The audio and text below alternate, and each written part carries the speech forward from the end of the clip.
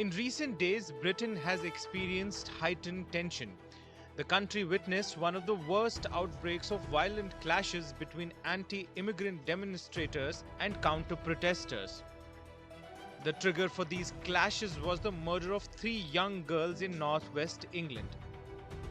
The unrest fueled by propaganda and misinformation has spread to many towns and cities, including Rotterdam and Manchester.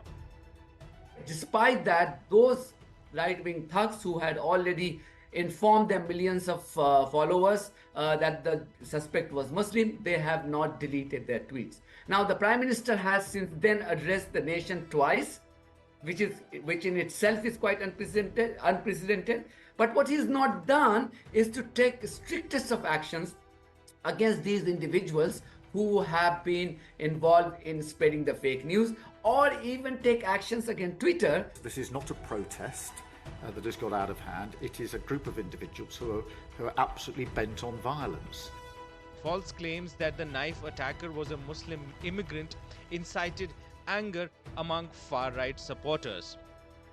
To combat misinformation, Judge Andrew Minari clarified that the attacker was born in Wales to Rwandan parents. However, far-right groups have tried to exploit the situation to amplify their anti-immigrant message, with anti-immigration activists organizing online protests. The UK has seen an increase in Islamophobic incidents and rhetoric in the recent years. According to Home Office data, race and religious hate crimes remain high, with Muslims being the most targeted religious group.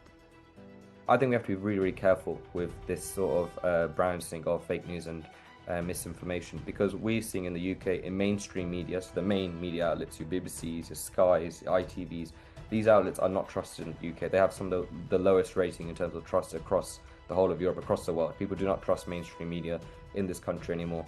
And so it's really hard in this country to know what information is true and what's not.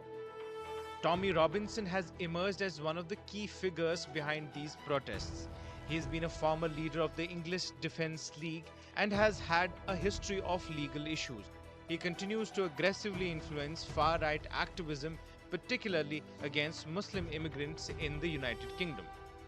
Racial equality and civil rights think tank the Runnymede Trust warned that violent racism has been simmering under the surface of society in the United Kingdom.